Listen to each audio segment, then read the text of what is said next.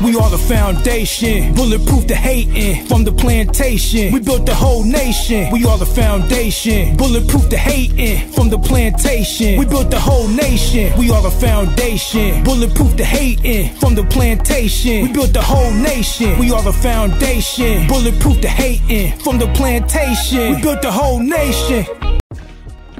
So as some of y'all know, a few months ago, they released a documentary on Amazon called Hip Hop Siempre, which is the so-called Latino influence on hip hop. And they had the nerve to put that garbage on YouTube. I came across it by mistake, so I decided to watch it. It was full of telebabble and lies, as I expected. So I decided to make a review here on YouTube about it. I'm gonna let y'all watch a few of the snippets of it. This video is fair use, and of course, roll the Basera. Hip-hop was created by kids from the hood who had nothing, who figured out a way to make their own version of music, of sounds, sampling old records. And which records were they sampling, miss? They were sampling foundational Black American records and nothing else. They were sampling funk records. They were sampling James Brown. There was literally no Latino influence in the origins of hip-hop, culture, or music. And YouTube, this is not hate speech. This is for educational purposes only. The jams happened. They would plug in the music to the light poles to get the power. They would move it from park to park every day so the cops won't know where they throwing the jam. They got 1,000 people there. Every day we would play sports, baseball or basketball, and the minute we heard the music come on, boom, boom, boom. What is this music? Hip hop started slipping through. Now why is Fat Joe sitting there talking like the beginnings of hip hop was with his people? Now once did they say in this whole documentary that it was foundational Black Americans who created every aspect of the hip-hop culture. They're painting the vision like hip-hop's origins was from the hoods, the Latino neighborhoods, which is a complete, utter lie. This wasn't a fad, this wasn't a novelty, this was something that could completely change the trajectory and the history of just music in America. Change the trajectory of music in America, lady! Foundational Black Americans created all of the music in America.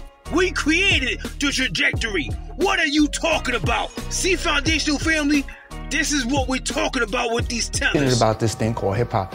We were so intensely devoted to it that we were just building something and not realizing what we were doing. It's something that's mine, it belongs to me. Wait a minute, nigga. First of all, y'all wasn't building nothing. The foundational Black Americans built it. And hip-hop does not belong to you, sir. You are a guest. Be grateful. Hip-hop belongs to foundational Black Americans, the sole creators. The hip-hop founders and some of the people who created hip-hop, they were afraid when hip-hop started to travel. When hip-hop left the Bronx and then went to the West Coast, they were afraid because they felt like they didn't own it anymore. Nigga, stop lying. The foundational Black Americans, elements together in New York City, which originally came from the South, and created the culture known as hip-hop. When it started spreading around like wildfire, they did not feel like they didn't own it anymore because it was Black American culture. We move as a unit. Our culture is all other foundational Black Americans' culture. When jazz left New Orleans, spread like wildfire all around the world, the Black Americans who created jazz did not feel like they didn't own it anymore. Stop lying. When rock music left the South and spread out everywhere else, the foundational Black Americans who created rock music did not feel like they did not own it anymore. Because all foundational Black Americans own all of foundational Black American culture, which means when hip-hop went to the West Coast, the foundational Black Americans who live in the West Coast are also owners of hip-hop, sir, so stop lying. At that time in the Bronx, there was a heavy influx of Puerto Ricans in the Bronx. There was, of course, the African Americans, and everybody was living together. We lived in the same neighborhoods. We attended the same schools. We played the same sports. Now you see this nigga just mentioned the foundational black Americans like we was just a afterthought in hip-hop. He put the Puerto Ricans first. Yeah, these Puerto Ricans, and of course the foundational black. Nigga, we the ones who created the whole thing. He said like we were just some minor aspect of it. You see how these people are trying to colonize our culture? And when you talk to the black originators of hip-hop, they would tell you how at the beginning the Puerto Ricans hated on black Americans and hip-hop culture. You are trying to paint this fake utopia like everybody was together, like them Pan-Africans try to paint this fake ass utopia like all black people on earth are one big nigga. No, sir, we are cutting out all that fake. I grew up in an all-black neighborhood, and I never looked at Latinos and black people different. I've always looked at us the same. We know you do, Fat Joe, because you're trying to tether yourselves to us. That's why you're trying to claim 50-50 creation of hip-hop.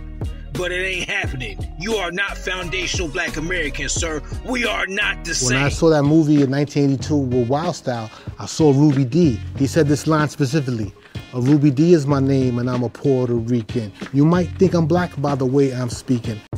Oh, what? Ruby D said what?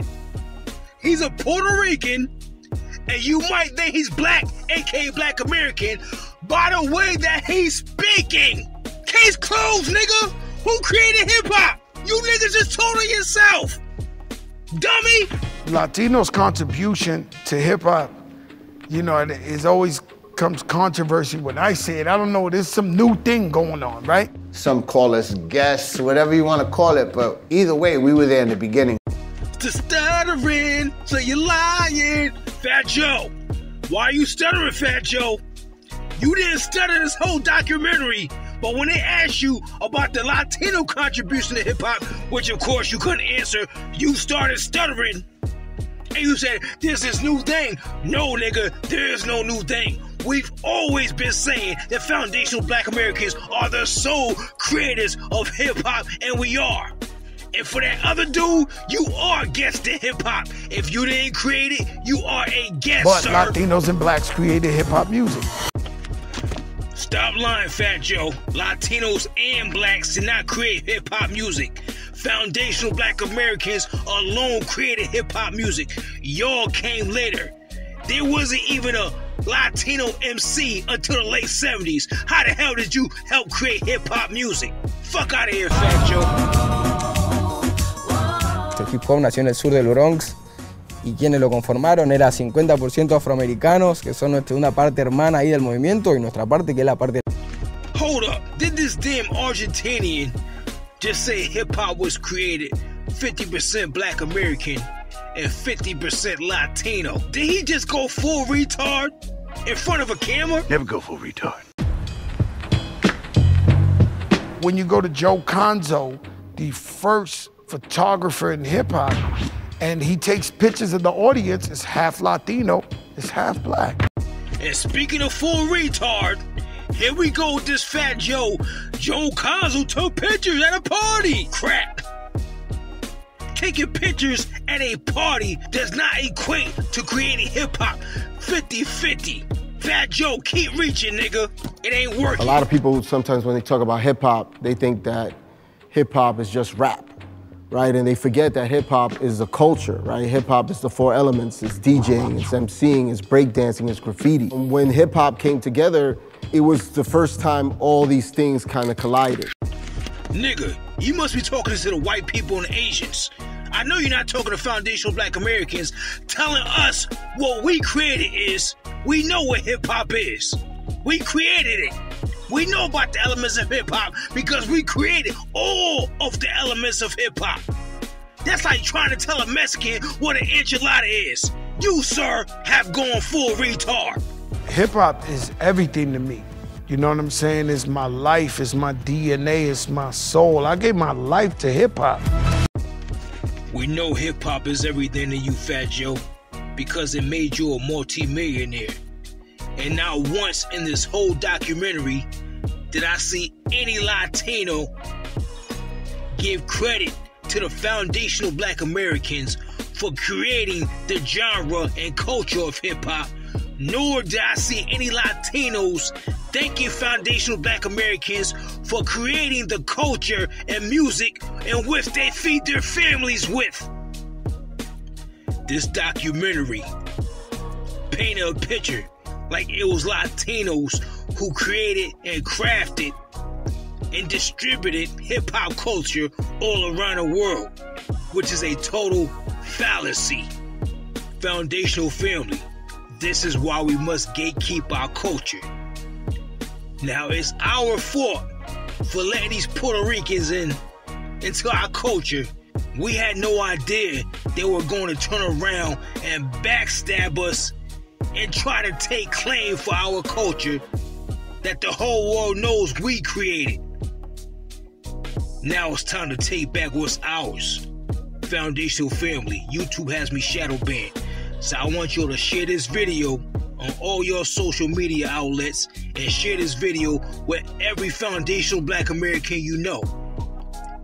This documentary, Hip Hop Siempre, was total garbage. It's on YouTube, and if y'all want to go watch it, I'm going to leave the link in the description. I want you to go in the comments on that video and go in. And don't forget to share this video with every foundational Black American you know. FBA culture and history will not be erased nor stolen. Hip-hop is ours. And oh yeah, I want y'all to holler at the brother Tariq Nasheed and tell him to hurry up with that hip-hop documentary to refute all the lies in this garbage-ass Hip Hop Siempre documentary, Channel Raw TV. Don't forget to subscribe, Channel Raw TV, baby.